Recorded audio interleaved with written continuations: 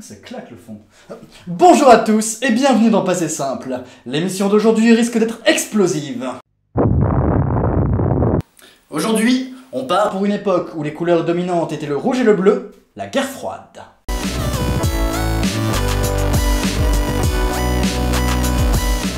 À partir du 6 août 1945, le monde n'a plus jamais été le même. Ce jour-là, l'homme découvrit qu'il avait la puissance d'ôter la vie à plusieurs milliers de personnes en un claquement de doigts. Hiroshima n'était plus qu'un immense brasier. Chacune des puissances voulut alors acquérir ce moyen unique d'empêcher quiconque de passer des vacances prolongées sur leur territoire. Cela emmena à une course aux armements jusqu'aux années 70. Nous allons passer en revue ces moments où la Terre est passée à deux doigts d'être transformée en allumette géante à cause de l'arme atomique. Commençons par un accident atomique dans un pays froid, très froid, où tout le monde carbure à la vodka. Vous l'aurez compris, cette avalanche de clichés ne peut évoquer qu'une seule nation, la Russie. Le 29 septembre 1957, un accident a lieu dans le complexe nucléaire soviétique de Mayak. Un nom à utiliser de manière ludique dans la vie de tous les jours.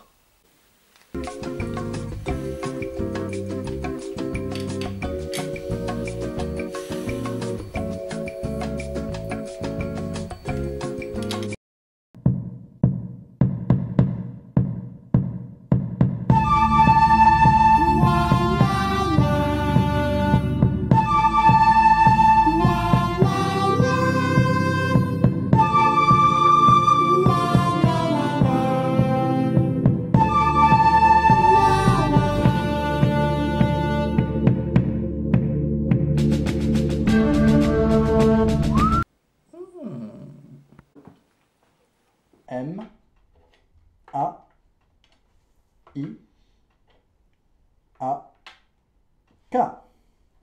Mayak, bourgade de Russie, 17 points. Le centre de Mayak fut utilisé pour traiter le combustible radioactif usé. Pour cela, des cuves en acier sont construites afin d'accueillir les déchets. Problème, ces installations ont été réalisées dans l'urgence. Un jour, le système de refroidissement tombe en panne. Malheureusement, par leur nature radioactive, les déchets produisent une chaleur de plus en plus importante, de plus en plus étouffante, de moins en moins supportable. Celle-ci finit par faire sauter le couvercle en béton de 160 tonnes. L'explosion qui en résulte équivaut à près de 100 tonnes de TNT et libère un nuage radioactif. Cette catastrophe provoque la mort d'au moins 200 personnes. Même époque mais autre lieu, le monde aquatique a également dû faire les frais d'une mésaventure atomique. En 1977, un sous-marin soviétique, le K-171, lance par erreur une ogive nucléaire alors qu'il croise dans l'océan Pacifique, près de Kamchatka. Heureusement, l'ogive est finalement retrouvée. Je le prie, les gars! Allons-y! Je vois qu'une question vous brûle les lèvres, chers spectateurs. Comment peut-on lancer par erreur une ogive nucléaire? Eh bien, nous vous avons élaboré une série de 5 hypothèses possibles à ce sujet. Hypothèse numéro 1. À ta santé, camarade Teodorishka. Oups. Hypothèse numéro 2. En fait, je suis un agent américain infiltré dans le sous-marin soviétique. Saleté de communiste. God bless America. Hypothèse numéro 3. Ma femme m'a quitté. J'ai une vie de merde. Plus rien désormais n'a d'importance. Non, ne fais pas ça, Ivanovitch. Ne m'en empêche pas, Teodorishka. Hypothèse numéro 4. Oh, qu'est-ce que c'est long une traversée en sous-marin. Je dois rester éveillé. Éveillé. Oups. J'ai rien fait. C'est pas moi. Non, putain. Hypothèse numéro 5. Les pastèques vaincront. De l'autre côté du rideau de fer, l'oncle Sam rencontre aussi des problèmes avec l'énergie atomique. Son principal problème, ce sont les pannes d'avion. En effet, jusque dans les années 1960, le ciel des États-Unis est en permanence survolé par des bombardiers possédant dans leur soute des bombes opérationnelles. Cela afin de pouvoir contrer immédiatement une éventuelle attaque soviétique. Et ce qui risquait d'arriver arriva. Ce programme aérien a connu quelques ratés.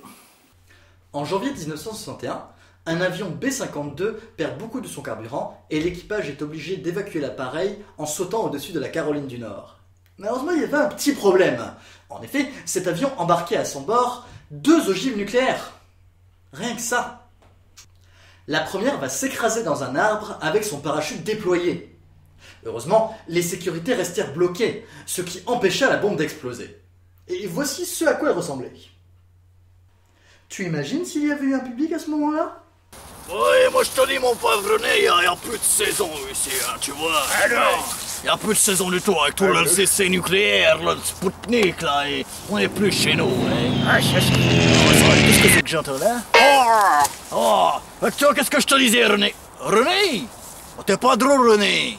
Bah je te jure, quel galopin. La seconde ogive nucléaire, elle, s'écrasa dans un champ boueux. Elle n'avait pas de parachute, alors elle aurait dû exploser. Mais heureusement, la technologie américaine a eu des ratés. Une panne l'a empêché de faire boum. Et c'est mieux comme cela, parce que si l'une de ces bombes avait explosé, elles auraient pu rayer New York de la carte.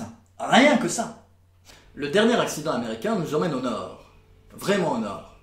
Non mais vraiment au nord, hein, genre au-dessus de Lyon quoi.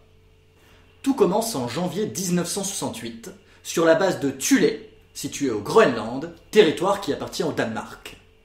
Un bombardier B-52 décolle avec, dans sa soute, 4 bombes H.